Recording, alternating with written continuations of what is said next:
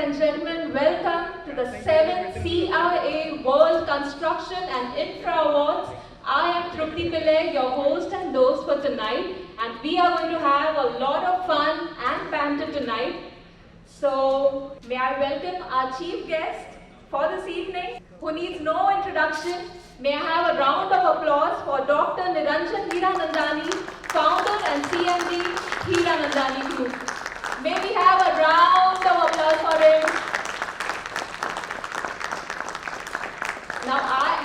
Thank you so much, sir. Thank you for your presence, and I'm going to make you all do a lot of clapping tonight. So let's start off with some energizer in this room. May I request you all to raise your hands. Thank you so much. And maybe just have some clapping. Just for some time for all of you all over your presence here. I hope you're going to have a lovely evening tonight. And may I just request our guest of honor, our chief guest, Dr. Niranjan Hiranandani, founder and CMD Hiranandani Group, to come up on stage for the lighting of the lamp. And as special guest, CA, Mr. Ramesh Prabhu, founder of Prabhu Associates. May we have a round of applause, please. May I invite on stage Mr. Anand Gupta, CMD, AYG Realty. Mr. Anup Nair, MD, Martin Engineering. Welcome, sir. May I invite on stage Professor A.S. Khanna, Chairman, SSPC. May we have a round of applause, please. Thank you. May I invite on stage Mr. Gurmeet Singh, Chairman, AGBC. We will be having him in some time.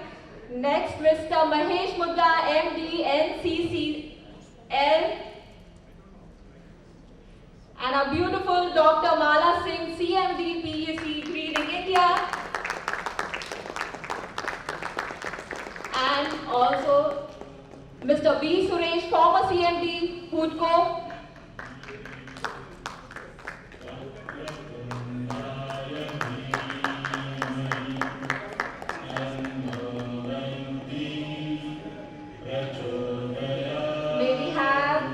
Mr. Vijay Kumar G. Nair, Editor-in-Chief CIA World, and his powerful half, better half, Sunita V. Nair, Deputy Editor, CIA World, on stage, please.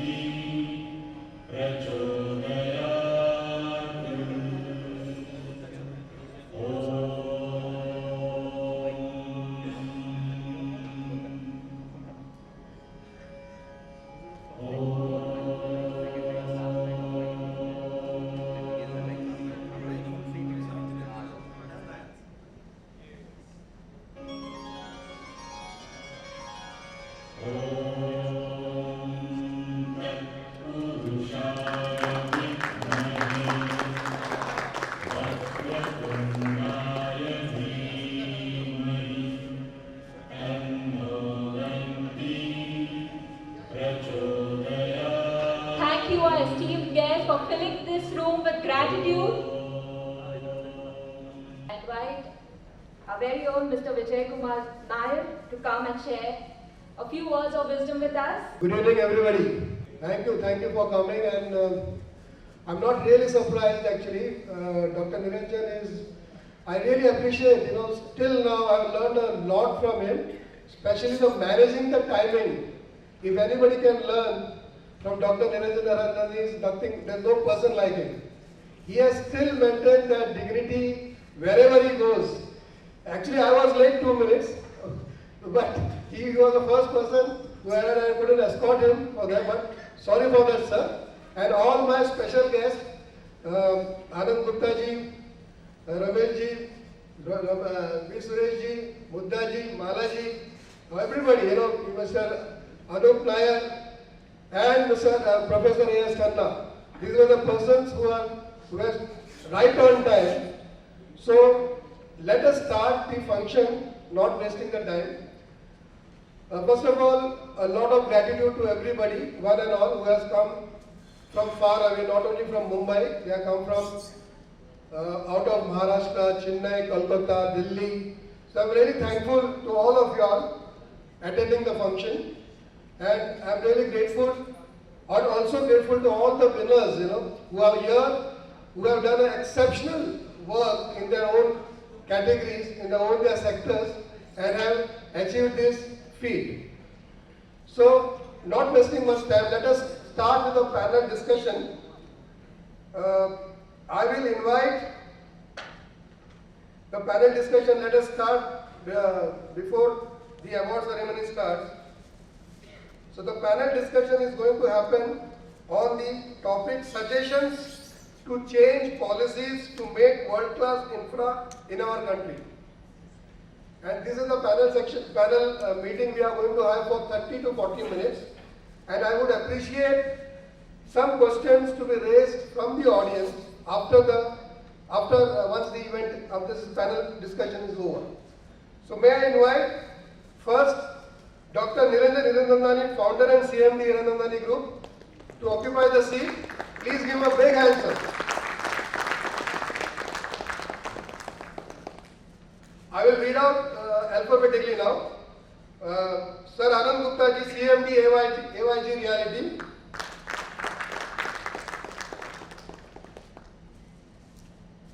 Mr. Anup Nair, MD Martin Engineering Company.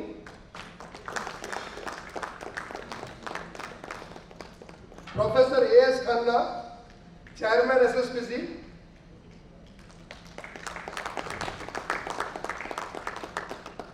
Due to some reasons, Mr. Gurmeet Singh is still not come, but I am sure that he will make it. So let us start. Let us also invite Mr. Mahesh Muddha, MD NCCL. Mr. Shailesh Ranjan, Zonal Head, who is from AIS Group. Mr. Shailesh? He was here, I suppose, yeah. I will also invite Mr. V. Suresh, former CMD Woodco. Ms. Mala Singh.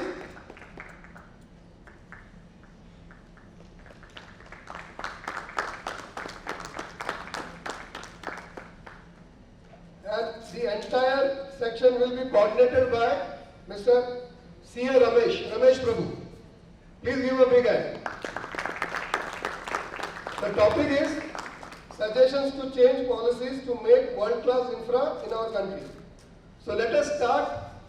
Let us give this mic to Mr. Ramesh. He handles the entire proceedings of the panel. So please keep your points and questions ready after this session. And after this event, we'll start with an award ceremony function. Thank you, sir. Thank you. Yeah, thank you, Vijay Kumar Nair. And I welcome each one of you, and of course the entire panelists.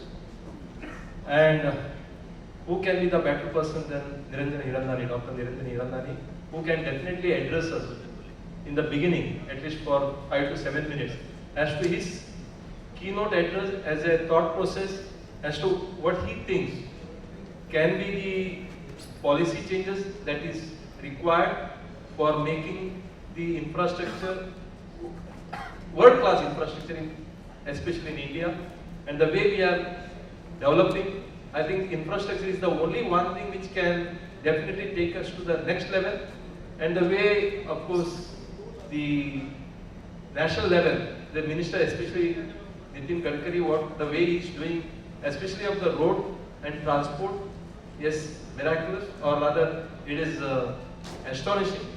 And I think Niranjan can definitely enlighten us as to what is ahead for us and what can be the best changes that according to him can be done to bring the infrastructure to the next level. Thank you. Very good evening to each and every one of you. Thank you very much, CIA, for inviting me over here and being such illustrious panelists and this occasion to be here. The subject, I think, on infrastructure is extremely important, especially when we are sitting in Mumbai. Let me give you a few statistics which are extremely important and become relevant. साहब आपका chair ऊपर है, बैठिए. You know, when you vacate a chair, somebody can always fill it. So there it is. Luckily, that is not Chief Minister's chair, so I don't have to worry so much about it. किस्सा कुर्सी का नहीं है इसमें. As far as infrastructure is concerned, let's take the Mumbai region for example, just to set an example out of the context, Mr. Prabhu. The first situation is that in 60 years of Mumbai, we had 190 kilometers of railway, Western Railway, Central Railway, and Harbour Line. In the next 5 years, we are going to add 300 kilometers of metro. So what was not done in the last 60 years, we are trying to make up for it now, which in reality should have been done progressively over a period of time. I remember having a discussion with the earlier Chief Minister when I said, why do you need to take the metro up? He said, because we cannot afford to put it down, the entire metro, though that would have been a more effective way to really run the whole thing. And now we needed to do more kilometers of metro. And since the cost is 50% if you remain up, we are going to do it. So even this was a compromise. Let's take the second example, the Cross Harbour Bridge. The Cross Harbour Bridge, the MTHL, was originally thought of in the 70s. And the total budget was 100 crores of rupees. And we said it was too expensive to build it. Today the budget is close to 20,000 crores. The same bridge would have been done in this 20,000 crores. And now it's getting done. Take the third example, the Bombay-Pune road, the Mumbai-Pune expressway which was constructed. This was done at 1,650 crores, including interest during construction period, because I was part of that committee which actually finalized that Mumbai-Pune road, and it was made in concrete, the first greenfield project in concrete ever. Take the other part of it where the Navi Mumbai airport is coming up. Also the coastal road on the western side which is being constructed as an infrastructure project. The Ro-Ro connectivity to Alibag, and now it's going to be to 3 other locations in the next 1 year. The total. And then you have the bullet train to Ahmedabad, and you have the Mumbai-Nagpur expressway, which is about 75% complete, and is likely to be completed in the next year and a half. And then you have the Delhi-Mumbai corridor which is being constructed into all this. Forget Mumbai bullet train, forget the Mumbai-Nagpur. The total infrastructure development cost only in the Mumbai region, Mr. Prabhu, is going to be 3 lakh crores. In the history of India, for 60 years, the central government and the state government have not spent 30,000 crores. In 60 years, I'm talking about center and state governments put together in 60 years have not spent 30,000 crores. While now, in the 5 years, we are going to spend 3 lakh crores. 3 lakh crores. So, in reality, the vision of an idea of thought that infrastructure is needed to be done, the proper planning and execution of it, the availability of international funds which are now available for it. I don't know whether you are aware, the JICA funds which the government has now been able to access, which is 70% of the cost of all these projects, is obtained at less than 1.5% interest. over a period of 35 years with a 15-year non-sabbatical to pay the capital. So all these aspects of it which have been done now, it means that money is available. It means that if you have the vision and idea, it can be done. And the need of the city is already there. So it's not that you didn't need it, you do need it, in fact you need it to be done. Let's take another example of infrastructure that we are talking about. The sewage treatment plant for Mumbai. We have had here in Andheri's boat in Powai and Thane, sewage recycling plants for the last 30 years and 25 years respectively, and we recycle 4 million liters per day. Do you know the Municipal Corporation of Greater Mumbai does not recycle 8 million liters per day? Not only that, finally, the Supreme Court of India has mandated that you must recycle all the water in order to do it before putting the shit into the sea, which they put all the time, and that is the aspect of it. And that has been mandated by the Supreme Court for getting this infrastructure done. So what has in reality happened is that we always forgot about making the infrastructure. We brought about the housing, we brought about the rest of it, whether it was industry, whether it was residential, whether it was commercial, whether it was schools, colleges, hospitals and other things. But in reality, we didn't focus on infrastructure. And that, Mr. Prabhu, being the most important aspect of it. And I'm just giving you the little example of Mumbai sector. Can you imagine when you talk about the whole country and then you try to multiply the need of roads, the need for highways, the need for ports, the need for educational institutions, and the gross infrastructure thing that we have. So, when you don't have something, that is always an opportunity. So I do believe with Mr. Gadkari, who had attended recently the various conferences which are there, and has talked about making 35 kilometers of national highway per day today, and his target is 40 to 50 kilometers per day of national highway. It's a miracle to be saying, really, and God must have sent him to us. Finally, India is blessed with a person who really looks at infrastructure with such an aggressive form in which we are. So I think the change is taking place, number one, Mr. Prabhu. Number two, that the fact is that the government now realizes that, as Mr. Gadkari said, there's no shortage of money for the projects that are there if they are made in a viability methodology that we follow. So all in all. There's another small thing, since I'm in housing, I must talk a little bit about it, not only about infrastructure. People ask me, what's the future of housing? Kitna company takleef mein hai, kitna company ye nahi hai, acha nahi kar raha hai, kya nahi kar raha hai. Half of Mumbai lives in jhoppadpattis. Do you know that half of them, that means 25% of Mumbai, can afford to buy a house of the size of 300 square feet, which they occupy today, or less than 300 square feet that they can occupy, provided their ability to take loan, because then they will be ownership houses, and if they get a 20-year loan, and the same PMAY scheme which is available to the rest of the country is given to them, 25%. So Mumbai can expand by 25% in terms of housing, and people will get an asset value which will be their ownership of the whole thing.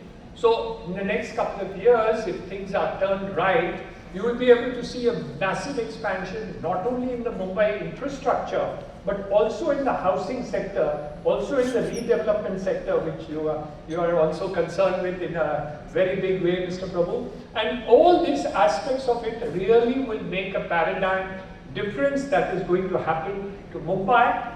And logically, I can speak to you about Delhi metropolitan region. I can talk to you about various centers of manufacturing and others which are likely to come up. Today there was a talk in the papers about putting up one of the petrochemical complexes in Ratnagiri.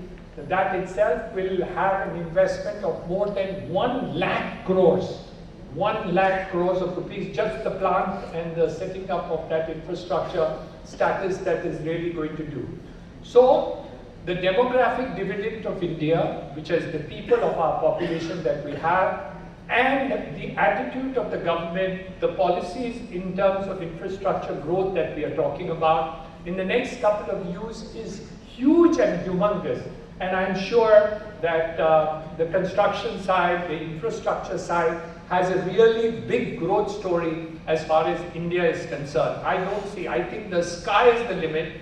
Whatever we have seen in the last 30, 40, 50 years in the past will look like a pygmy as the dwarf as compared to what the future holds to us. However, we cannot sit and say we will not do our calculations right, because I think the competitiveness of the market is continuing to increase, and that is why, and though the opportunity is there, we really need to work on our numbers all the time and all the thing. Also on the construction side and real estate side, I always tell my friends who are in the real estate industry, when Hindustan Unilever takes out a shampoo, which is 1 rupee and 10 rupee packet, they make a marketing study of that very seriously. But when a builder enters into a building area and wants to do a building, बोलता है बाजू में हीरानंदा ने बनाता है ना, वो उसका बिकता है तो हम वही बनाएगा. They do no market study, they no idea about what the quantum is there. So I think we actually neglect a large number of factors, and I'm sure the same is true in the infrastructure sector, because we have seen very, very successful companies in the same sector, and also companies which have failed in the same sector. So you can't say just because you are in infrastructure, because the business is growing big, that you will do well. There are lots of calculations that we really need to do, and I'm sure all of you and all of here are people who have got that domain knowledge and information which will make you very, very successful. And of course, with Mala being there, I'm sure they will take care of the environment, which is extremely important, as the Supreme Court has done for our city. So I wish you and every one of you the very best. Thank you very much for inviting me. I spoke too long, but I wanted to share these thoughts with you. Thank you very much. Thank you, Dr. Niranjan. You have opened the session in a very positive note. Now, when we talk about infrastructure, there are different segments or the various sectors that we need to look into, whether it is a demand sector, demand side or supply side, and of course the implementation. So many things are there. So Sewage, I think infrastructure needs, especially he is a former MD of Puduco, and of course he has seen the changes that has happened maybe last 50 years into the housing and the infrastructure. And we are all aware, ILFS, that fiasco which has happened, then NBFC crisis, then of course demonetization, GST, so many government policies, intervention which has brought a lot of disturbance in the sector, especially housing and the infrastructure. And last 2 years, we have seen especially the COVID, and of course now the market is picking up. Niranjan has been giving us a positive note, but at the same time, when we talk about the most important thing is money. From, of course, Dr. Sir said, yes, there is no shortage of money. Yes, there is no shortage of money. But when somebody wants to give the money, naturally they would like to see at the securities, they would like to see so many other aspects. Now, as a road, that cannot be a security or infrastructure. So, what are the ways and means? How the funding makes impact? And Sewage, you tell us in the infrastructure how this funding plays an important role, and how we can expect the government to make some changes, policy changes, where we can, bring the money required. Earlier we had a lot of infrastructure funding, various IDBI, ICICI, so many infrastructure funding. ILFS was doing well, 1 lakh or 70,000 crores, or the crisis which has happened. And because of that, thereafter, Diwan housing and various things have collapsed. Now, can you just enlighten us how this funding will be possible, or what changes you expect the government to do? Very happy good evening, all distinguished participants and my distinguished panelists. After the great start given by Niranjan ji in his own inimitable style, all I can do is, and he also made an important statement, a very important statement, that money is not the problem now. And he told in terms of how the whole thing has gone from a nearly a 10 times multiplier, a 20 times multiplier into the financial investment that has been coming. And that has been largely due to the recognition of the government at the highest level to see that all this infrastructure is required, not only in terms of the highway sector, port sector, airport sector, all the SEZ related activity, logistics parks, and more importantly, urban infrastructure, water supply, sewerage, drainage, flyovers, metro line, all those are all adding together. And there has been a good amount of initiative. You must have just read about the fantastic Gati Shakti required for all core infrastructure. And that is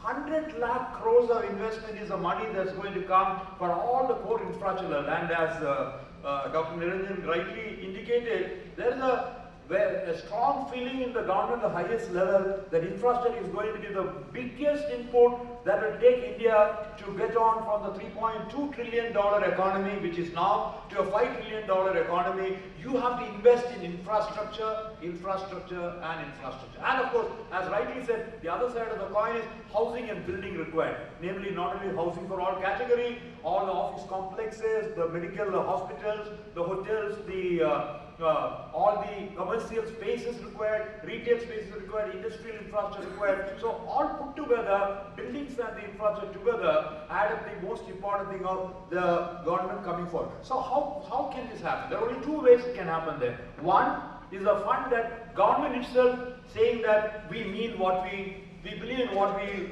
say as a policy. We are ready to put money over there in terms of budgetary provision initially, a small portion, not a big amount. For example, try to get 1,000 crores for each of the 100 smart cities. That itself, you can understand 500 crores from government, state government, and 500. And 100 smart cities means you are getting to about 1 lakh crores of money only from the government side. And that will have a multiplier coming because that's an equity component of money coming in a large way. You know, you get, similarly, you have 500 Amrit cities to come over there, so all the cities over 500, they have put off the order of around 20 crores for each of the particular, and 40 crores coming from each of the smart cities, about 500 odd cities there, is a very major initiative, including housing for all agenda. As Saab rightly indicated there, the contribution of the subsidy component in a very large way is a starting one. So with these type of inputs coming and massive infrastructure on the highway side, on the railway side, on the port side, all of them being financially viable. How? Because based on the money that's coming from the government of India at the highest level with matching amount from the state or the local body, central, state and local body, you are able to financial institutions to bring that particular multiplier effect over there. Sometimes the debt equity ratios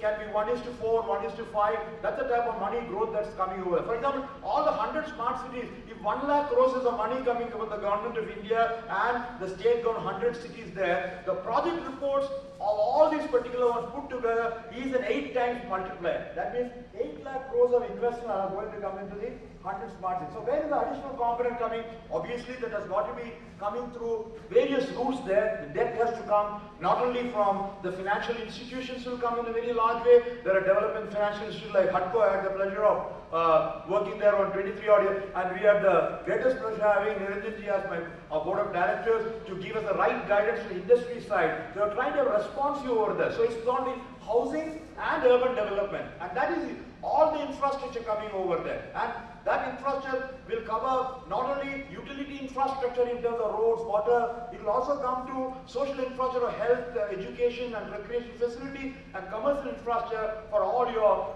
office, economic and other complex. So all the infrastructure put together is a very major one. And as rightly said, whether it's IDFC to come over there, or ILFS to come, or the IDBA to come, or ICICI to come, or UTA to come, or Life Insurance Corporation, and they're all massively funding in this particular one, in this sector. They're all development financing institutions. I'm very happy that along with what is being done by housing finance companies, development finance company, NBFCs also put in a lot of money in this sector. You have now the banks are coming to a very large. Very happy because banks are happy that in a short little time they have been able to see a little amount of help they can bring in over there, but over and above the funding coming from the broader financial, they give long-term money. Some short-term money is also required, especially for large number of projects there, construction loans and for the developers and all that. And banking sector was also there. And I'm very surprised to find that banking sector alone has put around 1.5 lakh crores of money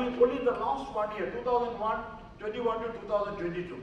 And you also have brought in a lot of new instruments coming over there, raising bonds in the market. Infrastructure bonds is a very major component. Tax-free bonds also being brought over there. So investments will come in this particular sector. In this FDI is another major, foreign direct investment. 100% money on FDI is a very major support to come on that. Large number of good projects even Niranjanji has done with the infrastructure investments coming from outside, raising that. And also those products which are also with right level with the REITs available or invest rights. Not only for the building common where the REITs are there, you also invest rights. That's for the infrastructure side. The money can come from this side also. But one or two areas which I thought, since you raised a question over there, if other worlds have developed in a large way, they had access to long-term money. India has still not got that. If whole of America has developed from 1901 to now what it is to about 2020, the whole insurance sector money has come in a big way. And that's a very major component. Pension funds have come in a large way. And also provident fund money, and there are no long-term money. Otherwise all the money that you get are short-term money and you lend it out and borrow short and lend long. Your asset liability mismatch coming from financial institution, which is not good. And infrastructure requires long-term money of at least a 12-year or a 15-year money, whereas all the bonds and things are only short-term money. So one major thing that government I think has now seen the light of the day, they require access to long-term funds like, and I said over there, the complete the pension funds, which are all away 30-year, 40-year money, or you go for the insurance, the whole of Europe has been an insurance one, Singapore and the Southeast Asian in Australia has done from the provident fund money. We are not still at access to that particular money. You require that aspect will also bring in a substantial amount. Of course, international money from World Bank or Asian Development Bank or Japanese Bank or German Bank, they give long-term money, but in certain specific segments, a very small percentage is coming over there. You also have to take the foreign exchange fluctuation because you borrow in dollars, you have to give back in dollars, you have to hedging it rightly, so you got to be very right. You might burn the fingers, especially Indian rupee at 8 rupees to a dollar, maybe in 1966 at that time, and today it is about 80 rupees to a dollar. You got to repay back the same money that you have borrowed to give back. So money is not a problem, but what you have to do is when you borrow money and keep it, you should also repay back. So that means you should user pay instruments and polluter pay instruments are a condition there that it will be repaid back from the collection coming out of that, the revenue returns coming out of the project. That should be put as a condition. You can't say the free lunch will be there, water free, energy free, everything free.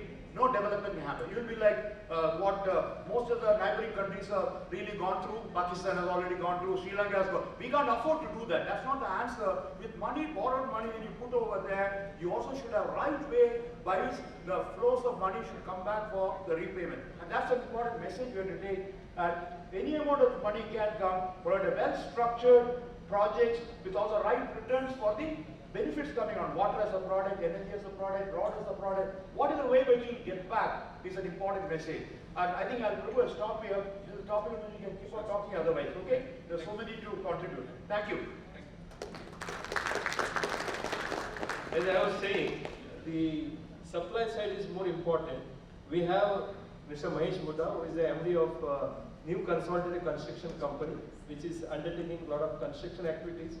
And I think you can say from there only, as to given the positive environment where both of them have said there is no dearth of money. Now, as a supply, do you think we will be able to match the policies or the changes which government wants to do? Whether there is such a required contractors are there, whether there is enough material, labor, various other issues are also affecting. So what is your view on that? How the supply, can you meet those supplies? Where if you are not able to supply, then all this remains as on the drawing board. So how you will be able to meet that supply? Yeah, thank you, Mr. Prabhu. I think it's a very important question because end of the day, delivery has to be there. Lot of money, lot of project, lot of plans government will come out. But then how do we deliver? But if you ask me, I think things are changing. Things are changing for good. Lot of good change in terms of the working style. Modern technology is there, and many of the small companies. It's a biggest challenge. What we have is our own industry. It is still very disorganized in terms of the contracting, because most of the big companies, for many reasons, because somehow they literally gone out of the business or because facing huge challenges. But at the same time, I'm seeing a lot of good new companies are coming, and what is required is the discipline and commitment. And there is no dearth of money. It's very right, because we have been into this business for last 25 years, and we always thought that because private jobs are good and government jobs there will be challenges. But as rightly our Chief Justice Dr. Hiranandani sir told that the kind of positive approach from the government side, particularly our Minister Gadkari, who is heading infrastructure side, we had gone to meet him for something else, Dr. Sir, and he convinced us saying that आप एक छोड़ दीजिए private government में आ जाए. Sir, we don't have the experience about doing flyovers, bridges. He said, क्यों नहीं, वो तो सबसे आसान है. The way he spoke, as if he understands this business more than us. So we started thinking, and can you believe that as a result of that, today's smart city project, as we're discussing, probably Maharashtra's first biggest smart city project, around 700 crore plus, may go up to 1,000 crore, because a lot of changes are taking place at Kalyan Dombili Smart City Project, it is called. It's been awarded to a company, and we couldn't believe ourselves. Of course, we never had the experience of doing the flyovers, but then there is ways and means of there are n number of good people are available, good organizations are available who have their own experiences.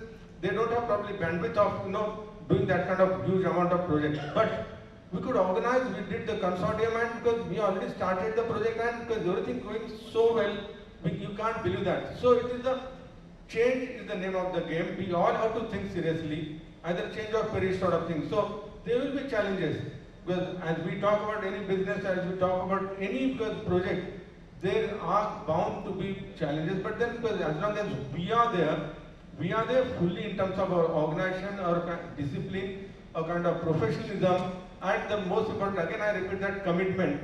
I don't think there is a dearth of any work. So now we have to really think about getting new blood, new organizations. We have been talking. I keep talking in many of the forums, saying that because we are responsible for our own problems, because we can't blame government, because we are the government, we are the people who make the government. Sir, Mahesh, I just want to understand what is that policy change that you want government to do so that supply can be increased. To be very frank, because policy change, because again it comes because when we are into business today, because we have asked some certain concessions, and can you believe last moment they changed their policies and suited, because not because we wanted to benefit out of it, we wanted to suit the project, and government is supporting. So because policy change is a cry, which we can keep crying, but because it won't result anything, because unless we know where is the pain is. So I'm telling that because government is proactive, we need to be there. So a lot of policy changes can be brought in our own case, I'm saying, because which has happened, and they have gone out of the way to help us to help the project. Yeah. So my point is that because these policy changes, we need to go, because sector by sector, or say road, because they have to understand their issues. That way, because you come out with the suggestions, I'm sure when they are spending, they want that kind of progress. Thank you. Anup Nair, you are also into manufacturing various equipments required for the infrastructure projects. So what is your call, or what you say? What are the changes that is required in the policy? Is it that the GST is affecting? Is it that there is no enough material? There is a high rise in the various input costs. So we may project so many things. Now, how this is affecting and what type of policy changes you would require the government to do? One of the, if you have listened to the Prime Minister's speech after the victory in UP, it was, you may think that it is a political speech. But in that speech to the BJP workers, he has used the word supply chain twice. So I was playing that and showing to someone. So that's the magnitude of the challenge of supply chain today. The supply chain was earlier disrupted because of the COVID onslaught throughout the world. Now the Ukraine war has also played its own havoc into that. So one thing is as a policy change, it should be in bringing more of focus into improving the supply chain, especially on the areas where we have to depend on imported supply chain and the logistics, the sea logistics. So these are some of the areas if government can really put some action plan on the supply chain improvement, it will be of great help. Yeah. Thank you.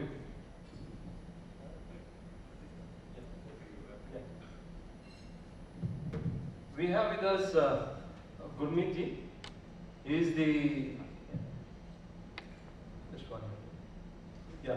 he is the national chairman of Indian Green Building Council. When we talk about infrastructure, naturally a lot of acquisition happens, a lot of the disturbance in the entire environment, and how you think that both can be met. The development also should take place, and at the same time, the environment also need to be protected. We have seen what is happening in Mumbai, especially of metro. When one chief minister came, so array was declared as and up to the Supreme Court, he could win, and that was considered as a bloodshed. And now the new CM came, he changed the plan. Now again the old. So if this is the way things are happening, and there are activists who are also putting a lot of hurdles, and the way they need to go up to the Supreme Court and decision, the entire budget, entire thing gets heavier. So what is your call and what suggestion you would give to the government so that both are able to meet the required demand? Well, my first premise is that man and women too, you too mother, are the most insane species.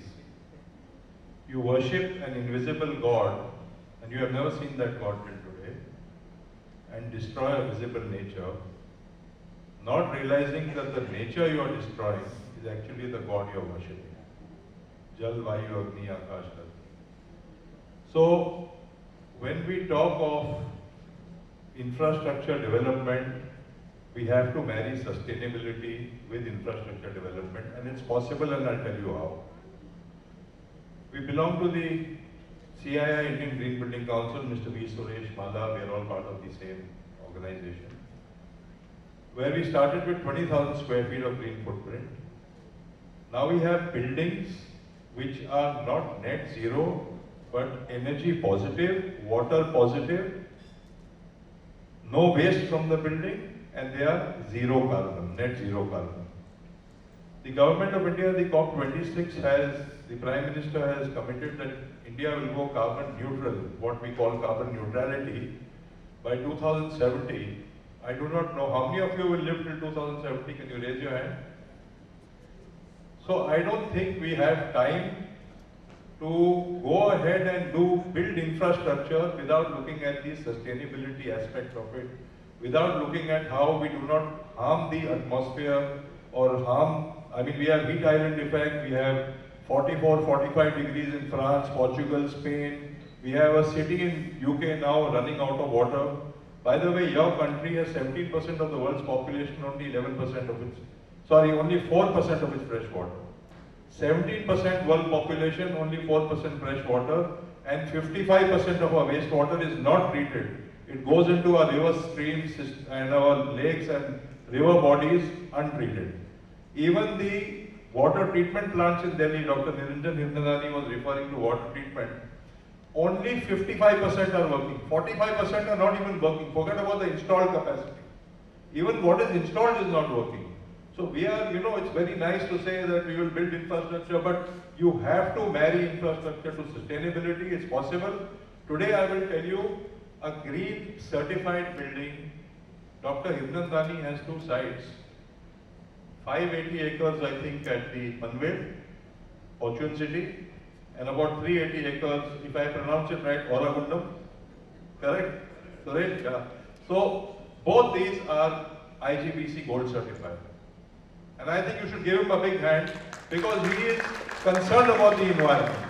Okay, it's not about just building structures and selling them. I have a lot of builders, who say, we are green, and they show you green lawns outside.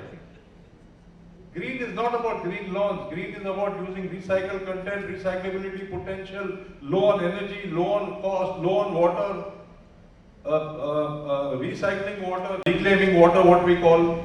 I am telling you, we have now IGBC has pledged, and we will bring in legislation because we are working with the Ministry of Housing and Urban Affairs, that after 2030, no building in this country can be built unless it's certified green. And after 2050, all existing buildings have to be converted to green. And when I mean green, net zero water, net zero energy, net zero waste, and net zero carbon. So I can go on for the next 1 hour talking about this, but I'm sorry, you can take it to the next speaker and then I can come back. I think Mala Singh also can compliment and she can, take it forward. So good evening, friends. We just heard the legend, Dr. Hirnadani, how he spoke about the need of infrastructure for the city's urban area, and well said by my, another mentor, Mr. V. Suresh and Gurmeet ji, talked about sustainability. So friends, I think when we are talking about any kind of development or infrastructure, we know that is the backbone of any city, because you need to have infrastructure, but it has to be climate resilient, because that's the need of the hour. On 15th of August, when Honorable Prime Minister said that we have a target of reduction of 1 billion tons, we have to reduce carbon emissions for India. Does any one of you know that what is the carbon emissions as on today for our country? Cumulative emissions, does anybody know about that? Let me tell you, we are talking about smart city, we are talking about sustainable development, but we should also know these figures. Let me tell you, it is 2.44 billion tons cumulative emissions which we are releasing in India as on today. And Mr. Narendra Modi has set the target by 2030 to reduce the 1 billion tons. So you know how it is possible when we will have climate resilient infrastructure, when we will understand that what is the capacity and resource availability in any urban area. This is what the very, very important aspect. And Gurmeet ji said about green buildings. Of course, we need the buildings which are green, which are net zero. And we are also talking about infrastructure which is basically supporting those buildings. So we are talking the development which is micro, macro level both. But the point here is the policies, which was the main agenda of discussions. I would say that the current policies, I am very happy that we have MOEF clearance, EIA and all those things. But still we need to do a lot, because we need to have a green governance mechanism. We need to understand where we are going, how we are optimizing the resources, because of optimization and quantitative analysis, which is not happening. So I think for this we need to have a climate department in every urban development department or municipal corporation. Even I sometimes feel, at my personal level, that we need to have an environment police also. So every police department, if you have 1 or 2 employees who should be introduced with basic norms of green or environment, I think people will just start to, calling them and wherever you have the environmental issues. I'm not saying the very stringent way, but at least if we have to sensitize the people, because India, we know that chalta hai attitude. So we need to deal with some penalties and some sort of, enforcements at minimum level. It is required. Otherwise, we can't reduce 1 billion tons. Otherwise, we can't change about climate change and global warming. It's just a fashion and buzzword talk. So we have to take action. Thank you so much. Thank you. We have with us Sewage, who is from AIS, building material side.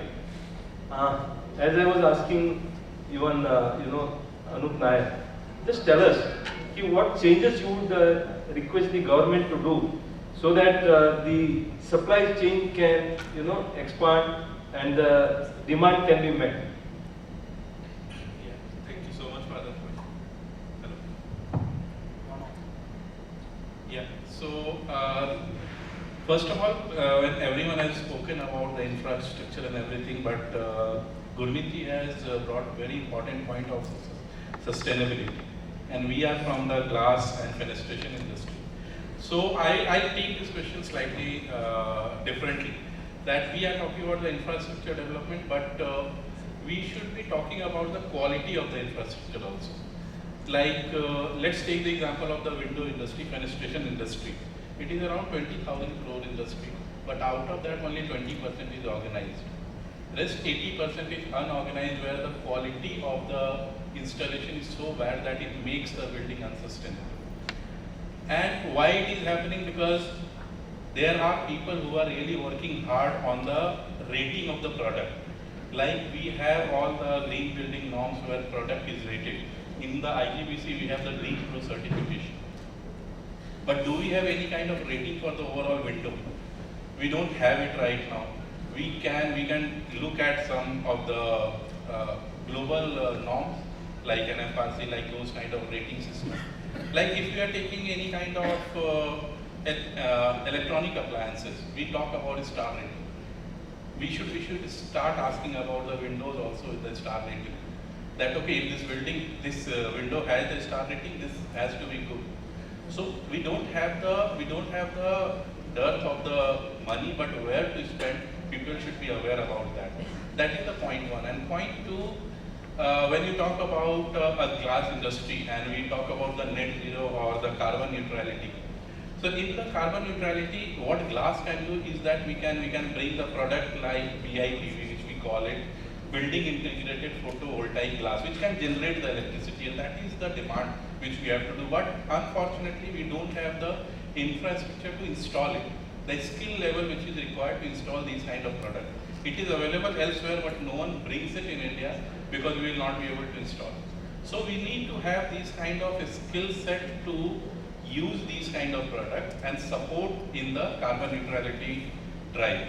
These are the 2 points which I think is important from the class. Yes. Thank you. We have with us Dr. Anand Gupta, who is the CMD of AYG Realty Group. Also, he is the former office bearer of the Builders Association of India, which is basically the association of various contractors, especially road contractors, PW contractors, government contractors. Now, when we talk about, and of course, he is presently the chairman of RERA and the Housing Committee of Builders Association of India. Now, tell me, especially as I was asking about the supply side, the contractors, what are the challenges that contractors are facing? Whether the money is coming to them or whether the required supply is available, is there any demand, is there a reputed contractor who will be able to meet, because as Dr. Niranjan Indranna was saying, 50,000 kilometers per day is the target of the minister. Whether we are able to meet that target, what is your take on that?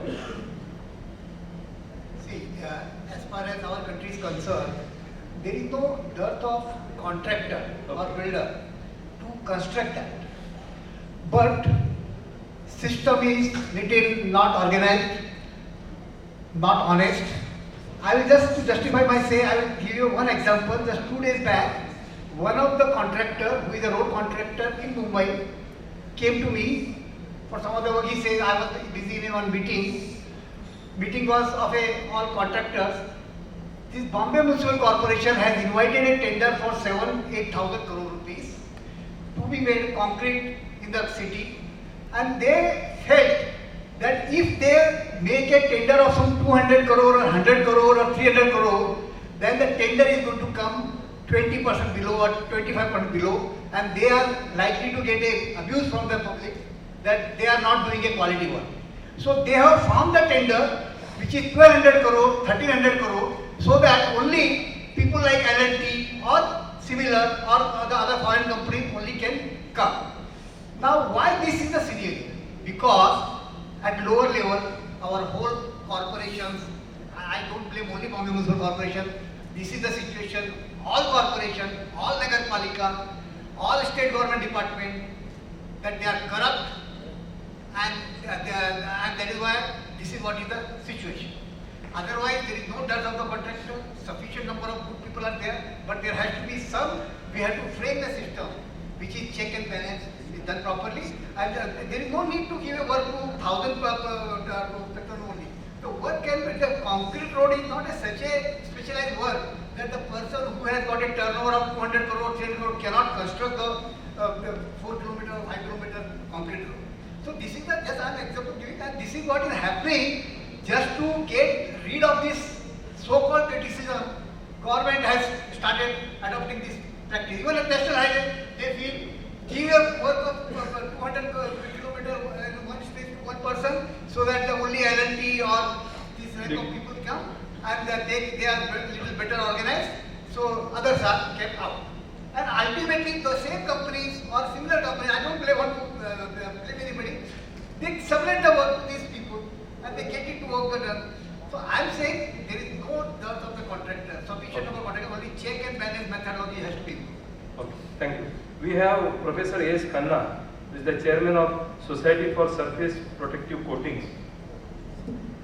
Sir, tell us about your suggestion that you would make to the government, or what you think the government should do to develop the infrastructure, world-class infrastructure in India. First of all, it is the third or fourth time Ramesh Prabhu is leading this discussion, and he almost gives me the last chance. And this is exactly the same thing we find, step-motherly treatment of PLC, MMRDA, SIDCO, PWD. They never consider a R&D person can give them good suggestion. So next time I'm coming, please upgrade me to second and third position. Now today is very important thing, right from the beginning when we talked about this thing, I thought I have to give some very important suggestions. We are saying policy change for good infrastructure. First of all, we should know what is the meaning of good infrastructure. When we say good infrastructure, the very first thing comes into mind is durability of the structure. We talk about bridges, we talk about railway things, flyovers and buildings and so on and so forth. And second thing is whether it is giving it purpose or not. So if you analyze these two things, you will find that many of the bridges, they are much down before their design life. Half of their roads and things are already broken. Nobody even looks into that, the repair of that. I think 28 years I'm living in Bombay. I think not even a single monsoon was that where we don't find the similar situation. The roads are broken, people come, put bricks, evening half of the bricks are out, and people like us who buy so nice cars and everything, and we have to travel into that. What is that which is lacking? What is lacking is that somebody who's making a road in the morning and making a bill of 1 lakh rupees, nobody goes and asks him in the evening why your bricks are out, or why he is not using a technology which gives a repair of these potholes in a much better way. I think 7 years ago we had sent a detailed note to BMC where we said fast curing mortars. If they are filled in these potholes, the things would have been much different. But nobody wants to take care of those kind of things.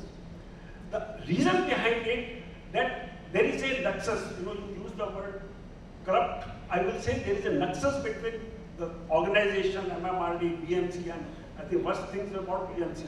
that they want to check only those people who give them their kind of work. Years after years, the same thing happens. So my point is that, you know, being in IIT, I want to tell Niranjan knows very well, all the 4 technologies from black reinforcing bars to fusion bond epoxy to you know, galvanized things, and very latest, the stainless steel rebars in infrastructure, all have been introduced by me. I mean, this is the effort we people do in R&D to see to it that our structure should remain. And it was a very difficult thing. It took 20 years to convince the industry that in the C4 and C5 environment, the stainless steel rebar will be one of the best, which will give you a better life. Today, when we talk about building, what is the most important factor in the buildings which goes back? Leaking. Today in IITs, we have created some kind of a systems which is called the most latest nanotechnology, where we have created nanotechnology coatings. And I can assure you that if in a new building, if all bathrooms and kitchens are coated with this as a layer, and after that you put tiles and any kind of a thing, I think the whole life, the things will not. But nobody wants to listen. So this is one of the biggest questions which you have asked is what policy change? Policy change is the mind change of the people who are sitting who give the contract. Just now, before we entered in, Niranjan was talking about that some of the roads couldn't be made because IS standard need modification. Now, these are some of the things which are serious problems, and one has to catch. What is the, I mean, yesterday there was a news, in Bombay, in Maharashtra now will make 500 years road, which can stay for 500 years, sir? 500 years. Now how they will come without approaching IITs or without operating, with contacting CBRA and other things? I think this is the most important and lacking thing which is there into that. The encroachments on the road, you have a very nice road, you spend so much of money in making a plaster road, but next day there is a car washer who is put everything there. All these things are in the policy change. We have to create a policy where we can take advantage of that. The third thing is sustainability, and where we say any building, any infrastructure if we make, if we don't destroy the environment, that's best. Second thing is energy, and where we always talk about carbon footprint and another kind of a thing. There are energy saving coatings, there are energy, less energy using systems. Those are the things which we have to learn. So my take on this thing is that until and unless the organization who are spending or who are planning a big such kind of structures, until and unless they remain in touch with the top R&D bodies and get latest input from them and involve them in their tenders, only then we can get a everlasting infrastructure. Thank you very much. Thank you. Any questions from the participants? Anybody would like to? You can just raise the hand. The mic will come to you. Is anybody? Yeah.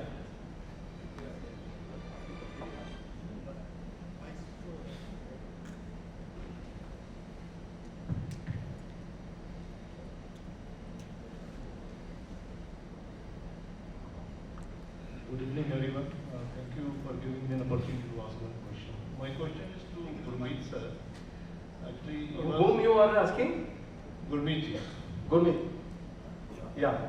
Actually, it was wonderful sharing by him about IGBC and green building, sustainable building. So I would like to know what government is going to take precautions or what bylaws are going to be implemented for making a green building in next, probably you mentioned for 20 years. There are so many products which are already available in the country, but people are not using those products. So I would like to know what government exactly is going to do about it.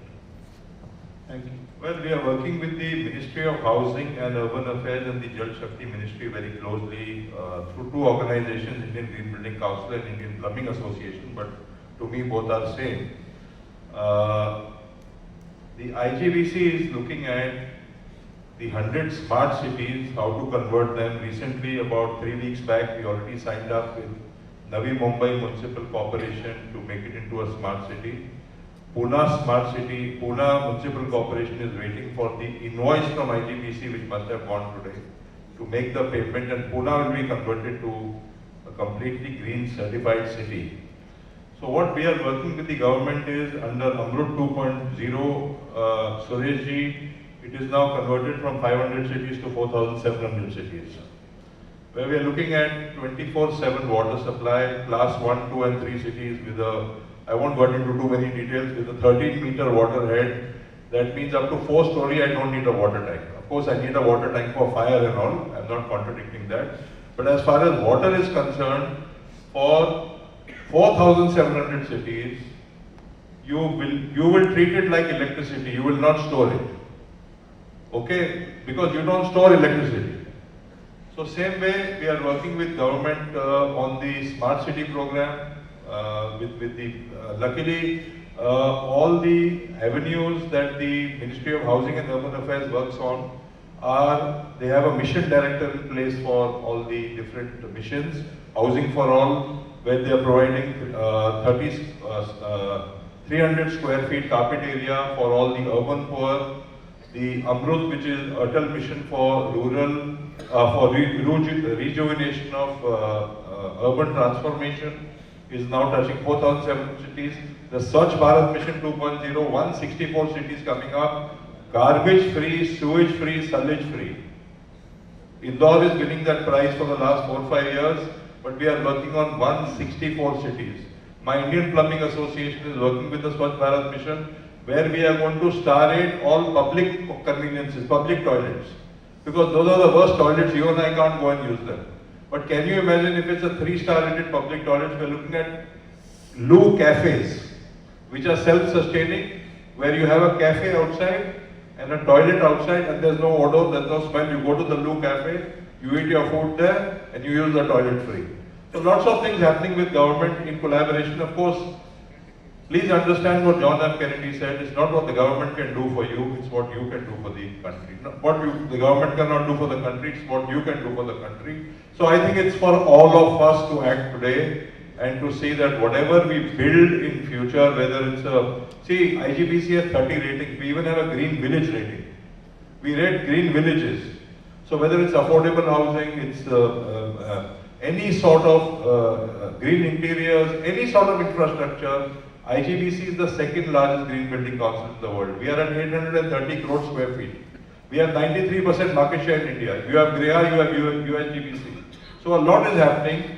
Let us do what we can do and work with the government to see whatever change we can bring. Thank you. Good evening, sir. I'm Jitendra. My question to you, Prabhu sir. One question to you and second question would be to Dr. Hiranandani. First question is that you, this whole has given good suggestions and which will be useful, but to suggestions being given to government, and I don't know whether anybody from government is here. So how these suggestions will go to government and how it can bring changes? This is number one question to you. Second question to Dr. Hiranandani.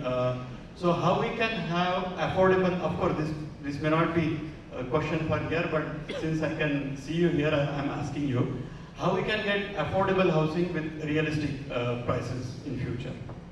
That's okay. The suggestion which we have received, definitely it will be reported in our magazine, and naturally it will be sent to the government for the necessary implementation, because when this type of programs are held, naturally the report will reach to the government, especially Housing Department, Ministry of Housing and Urban Affairs, and we will see that whatever best things can happen, naturally it will go to that, and other department, wherever we have got Ministry of Finance or infrastructure, road, all that we will definitely send the suggestions. Thank you. Yes. I think it's not that easy the way you are saying. I can tell you the history of changing black bars to fusion bond epoxy, to galvanized bars and to stainless steels. If you go to any ministry, PWD, MMRDA, you won't believe how many times they call you, how many times they want to get your lecture, they want to get the data. Okay, you are saying this thing in word, what is it? I mean, yeah.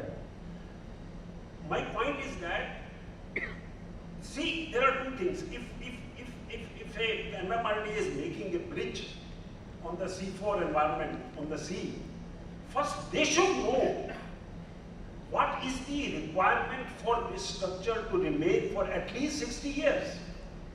They are totally blank.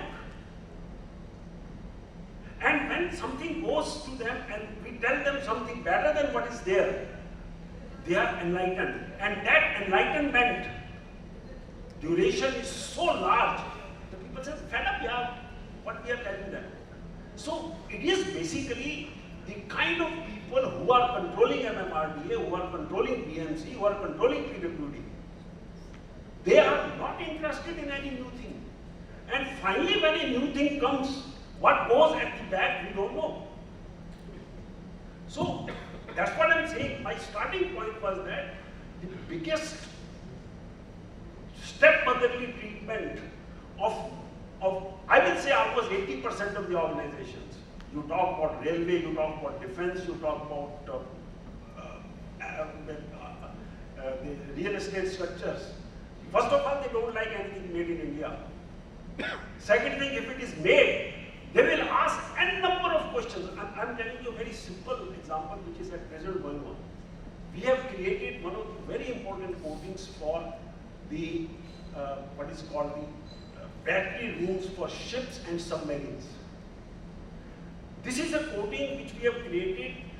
You put any acid over that, 50%, 80%, 90% concentrated, nothing happens to it. That is what the ship thing requires.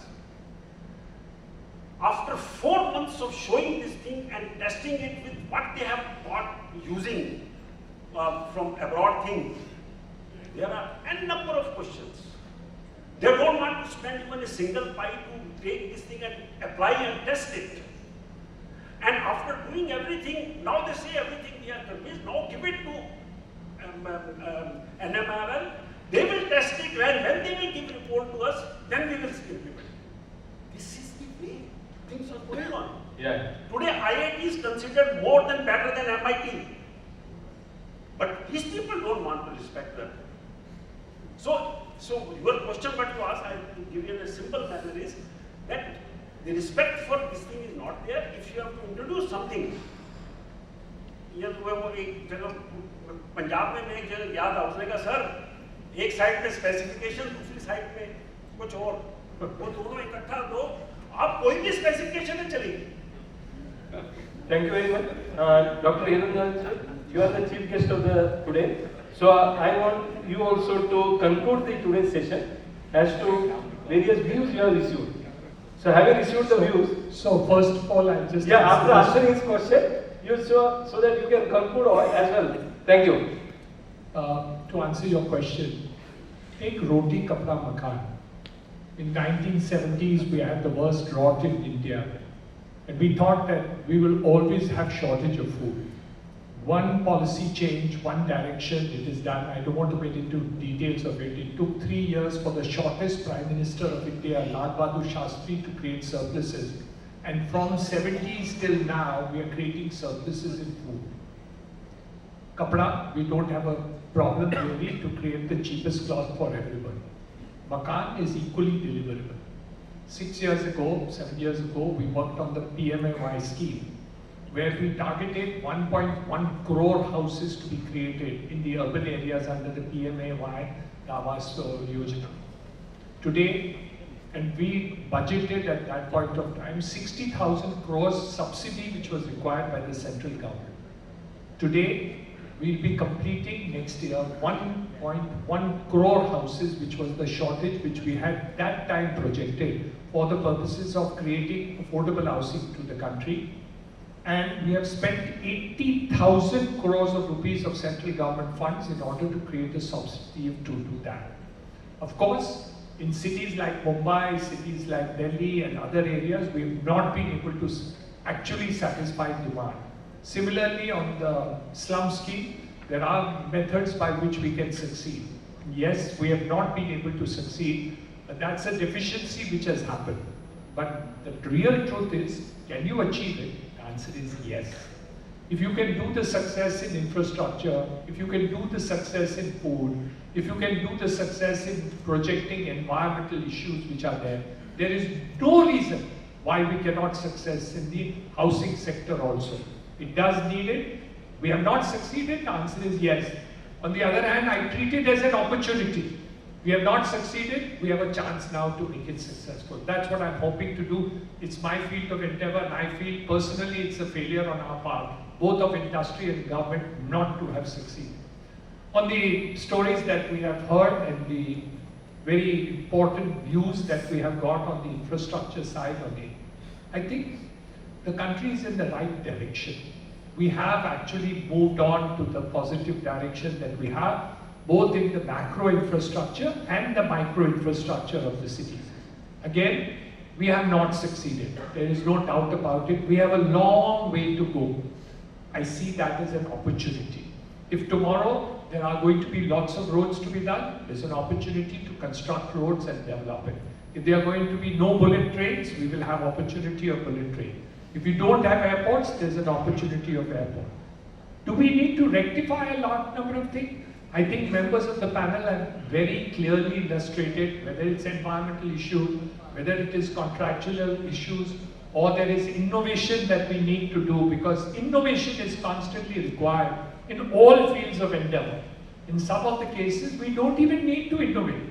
We need to emulate the good examples. As he said very clearly, there are good examples which are there and good practices worldwide and in India. But creating of surpluses is not an issue. China gave us a good example of creating surpluses. Today, there are millions of houses lying vacant because they've created surpluses too fast. So let's hope that similar to what we did in Kapra, we will be able to do, roti, that we were able to create surpluses and sometimes even export it. We will also do in the creation of infrastructure, which will also make the process of travel and other things will be much easier, but more than anything else, it will reduce the cost of doing business and the total thing. So, great opportunity in the next couple of years.